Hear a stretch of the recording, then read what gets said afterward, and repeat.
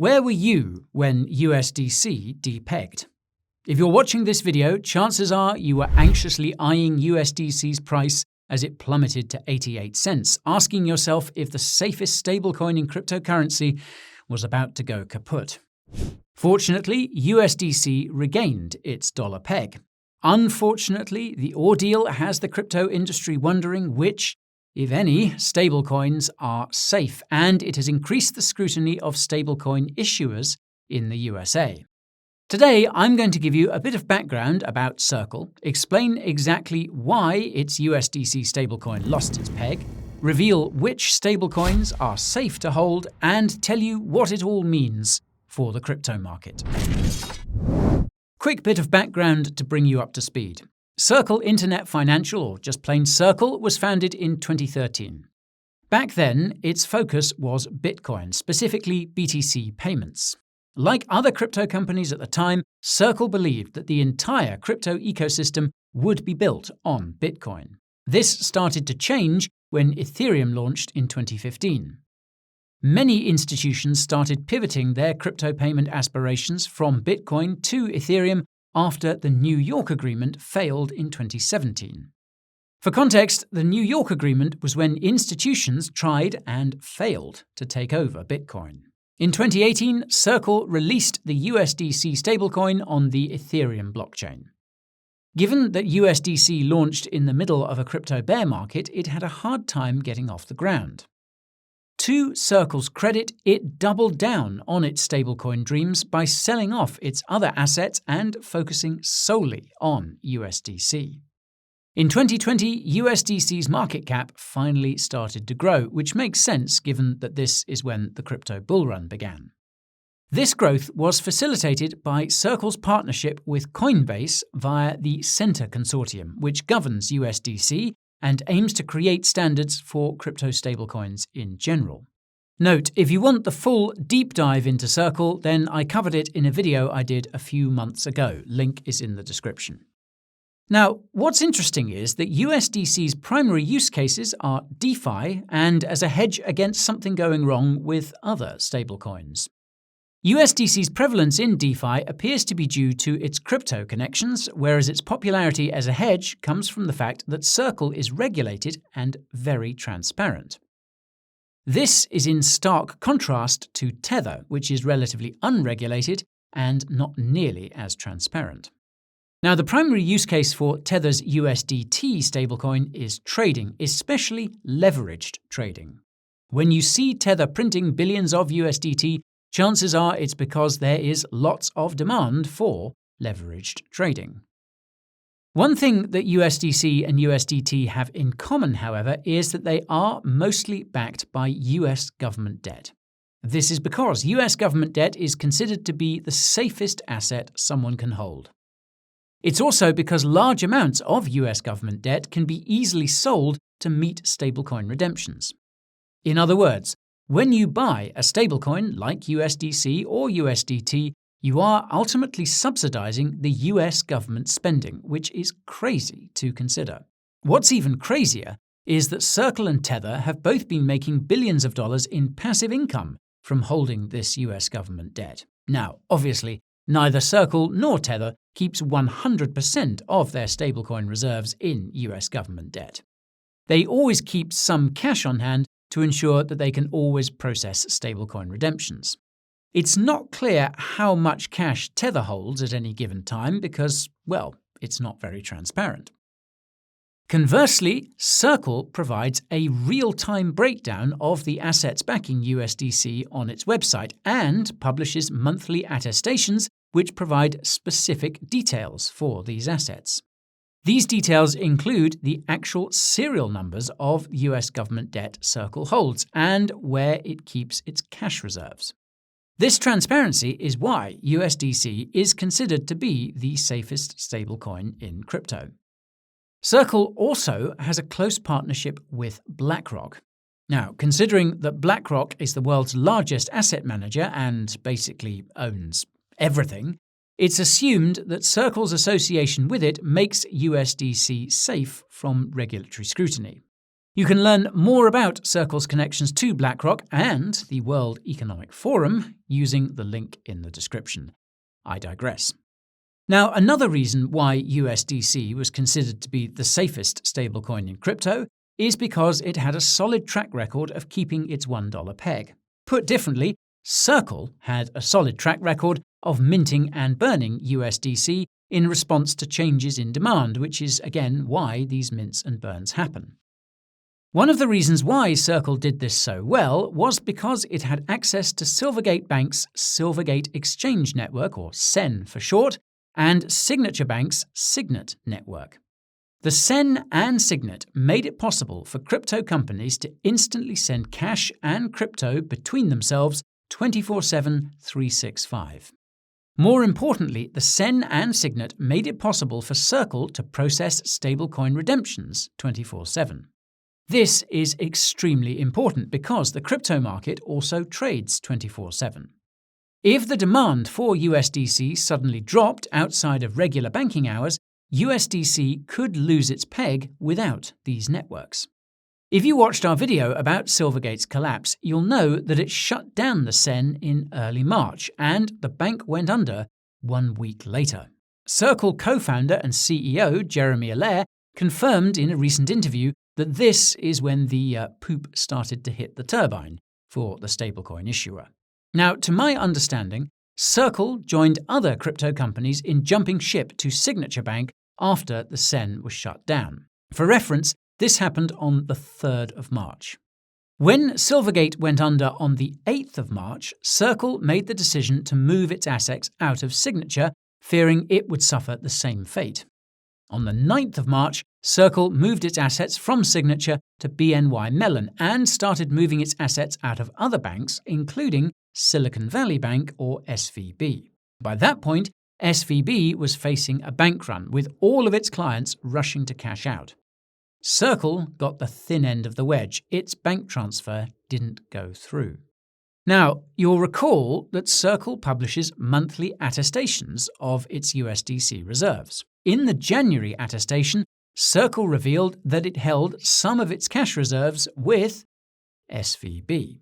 When SVB went under on the 10th of March, the crypto community started speculating how much of USDC's reserves were stuck there. Now, rather than run away from the fact, Circle addressed it head-on. That same day, the stablecoin issuer confirmed on Twitter that $3.3 billion of its cash reserves were stuck in SVB. This accounted for around a third of Circle's cash reserves and 8% of the assets backing USDC, leaving it partially unbacked. Not surprisingly, USDC immediately lost its peg. In theory, USDC should have quickly regained its peg because Circle still had access to Signet. In practice, however, the fact that Circle had recently moved all of its assets out of Signature Bank meant it couldn't process the flood of USDC redemption requests. This caused USDC holders to flee to Coinbase, believing they could redeem their USDC for US dollars through another Center Consortium member. In a truly terrifying move, Coinbase announced that it would be temporarily suspending USDC to USD conversions, presumably to protect its own liquidity. Come the 11th of March, USDC had completely lost its peg. DeFi protocols started passing emergency proposals to lessen their exposure to the stablecoin, namely MakerDAO, whose DAI stablecoin is backed primarily by USDC. Oddly enough, Binance made the abrupt decision to relist USDC. More about that later. On that note, you can get a juicy trading fee discount on Binance and other top crypto exchanges using the deals page in the description. Moving on. Now, in the middle of all this chaos, Circle stepped up to the plate and announced that it would use its own, quote, corporate resources to plug the $3.3 billion hole in USD's balance sheet if the company was unable to recover its cash from SVB. This assurance caused USDC to pump, but not all the way back to its peg. On Sunday, the 12th of March, US regulators announced that all SVB depositors would be getting bailed out. This meant that Circle would have access to its missing cash reserves first thing on Monday, the 13th of March. But just a few hours later, US regulators announced that they had shut down Signature Bank for no real reason. This meant that Circle simultaneously lost access to the network that it needed to process the billions of dollars of backlogged USDC redemptions. This left the stablecoin issuer scrambling to find a bank that could provide the same 24/7 stablecoin minting and burning services before the redemptions came. Luckily, Circle managed to secure a last-minute partnership with Cross River Bank and moved essentially all of its assets to BNY Mellon. In the days that followed, around $4 billion of USDC was redeemed for USD. USDC finally regained its dollar peg, which had been stuck at 99 cents since the Monday. Subsequent on-chain analysis revealed that the smartest money used the Depeg to pay back DeFi debts at a discount and even doubled down on USDC and derivatives such as DAI. This included Ethereum creator Vitalik Buterin, who once said that USDC would have the power to decide future Ethereum forks. The biggest beneficiary of them all, though, was Tether, whose USDT stablecoin seemed to have absorbed most of the outflows from USDC. USDT's market cap increased by almost $6 billion, likely due to a combination of USDC conversions and a spike in demand for leverage trading due to the bank bailout-driven rally. What's fascinating is that most of these USDC conversions seem to be coming from or happening through Binance. As I mentioned a few moments ago, Binance relisted USDC after it lost its peg. For those unfamiliar, Binance delisted USDC and other competitors to its BUSD stablecoin last September. As such, Binance's relisting of USDC came as a surprise to many, but it starts to make sense when you look at what happened on-chain. After Binance relisted USDC, it became the single largest holder of USDC on Ethereum. Since that time, however, Binance's USDC holdings have been falling fast. Not only that, but the decline in Binance's USDC holdings on Ethereum correlates perfectly to the USDC redemptions happening at Circle. This was pointed out to me by our head of research, who also pointed out that Binance's USDC holdings are falling to a level that could put the exchange at risk of a USDC run. Now, to be clear, Binance would be fine if there was a run on its USDC holdings. Crypto entities affiliated with Circle tried to squeeze Binance last December by withdrawing billions in USDC after its delisting, and Binance honored all USDC withdrawals. Even so, it begs the question of why Binance might be in the process of selling all its USDC and where that USDC is going. The answer seems to be the regulatory scrutiny that stablecoin issuers are facing in the United States. This includes BUSD issuer Paxos, who will likely be sued by the SEC soon. And as to where all that USDC is going, most of it is probably being converted to USDT by traders concerned about US crypto regulations. It's also possible that some of the USDC belonging to Binance is being converted into BTC, ETH, BNB, and other cryptos. This is because Binance recently announced it would be converting 1 billion BUSD to BTC, ETH, BNB, and other cryptos. If this is the case, it could be contributing to the current crypto rally. Speculation aside, the billions of dollars of USDC redemptions we've seen, despite the stablecoin regaining its peg, underscores the ongoing concerns about stablecoin issuers based in the United States. USDC's depegging could increase this regulatory scrutiny, and not just because some people lost money. If you watched our recent video about Signature's collapse, you'll know the bank was likely taken down by US regulators because Signet is a direct competitor to the Fed's upcoming FedNow payment system. The same is likely true of Silvergate, which was planning on turning the SEN into a payment system. Cross River Bank's real-time payment system appears to be identical to the SEN and Signet. This could put the bank in the crosshairs of anti-crypto regulators. And Even if Cross River Bank escapes anti-crypto scrutiny, it may not escape the scrutiny that's arisen because of the banking crisis. According to Wikipedia, Cross River Bank had around $10 billion in assets in 2020. Although this figure has certainly risen since then, there's no doubt that the bank is still very small.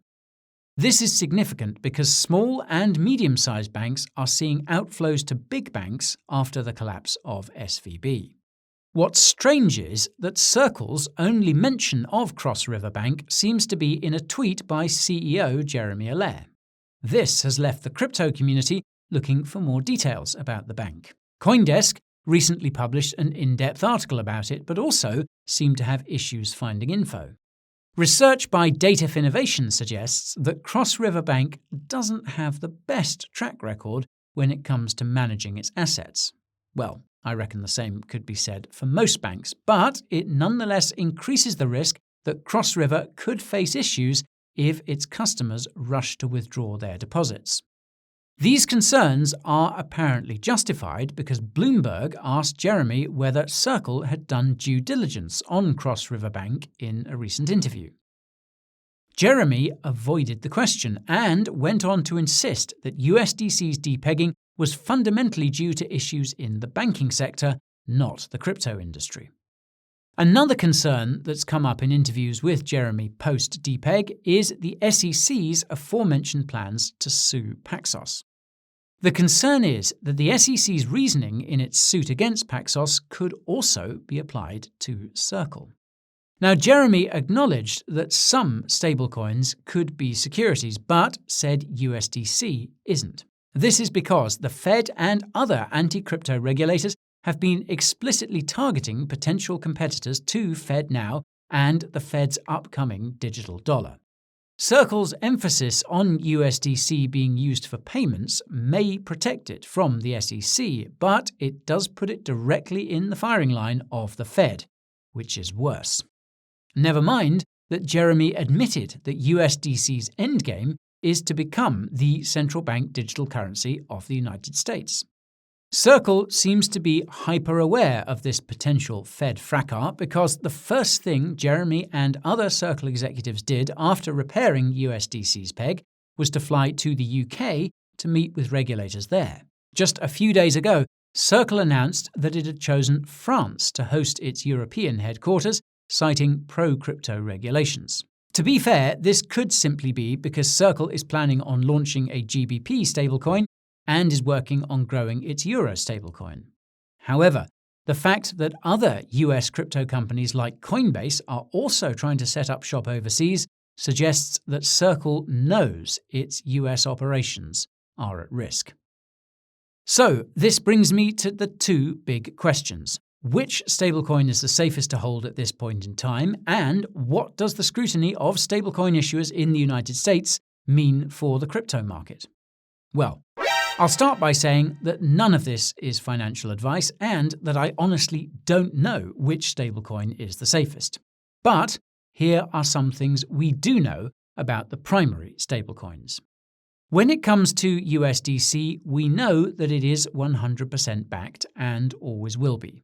Even if regulators crack down on Circle, I doubt that they will leave stablecoin holders holding the bag. If the regulatory action against Paxos is anything to go by, USDC redemptions will still be possible. Looking at USDT, meanwhile, Tether is not based in the US. This means that it should be safe from regulatory scrutiny, assuming it's not still keeping some of its reserves on Wall Street. Ironically enough, Tether's lack of transparency regarding custodians should protect USDT from a USDC-type Depeg. Regarding what effects the scrutiny of stablecoin issuers in the United States could have on the crypto market, a full-scale crackdown actually wouldn't be that damaging. Remember that USDC is used primarily for DeFi and as a hedge against offshore stablecoins. The same is true for other US stablecoins. This means that the damage would be mostly contained to DeFi, which would be bad news for DeFi protocols like MakerDAO and smart contract cryptocurrencies like Ethereum. Some would argue that the damage a US stablecoin crackdown would do to DeFi gives regulators more incentive to follow through. The silver lining to this is that the crypto ecosystem itself would be safe, particularly if foreign countries pass pro-crypto regulations. This will allow the crypto industry to regroup, grow even more, and hopefully re-enter the United States once a more pro-crypto administration has been elected in 2024, assuming that happens, of course.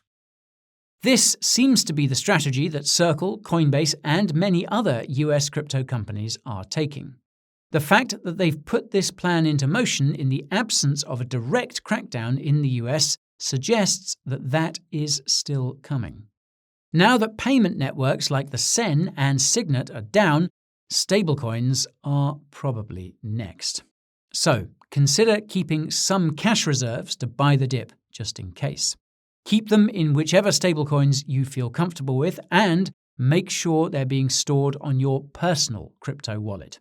You can get huge discounts on hardware wallets using my deals page, which will be down in the description. And with that, folks, thank you all so much for watching, and I'll see you next time. This is Guy, over and out.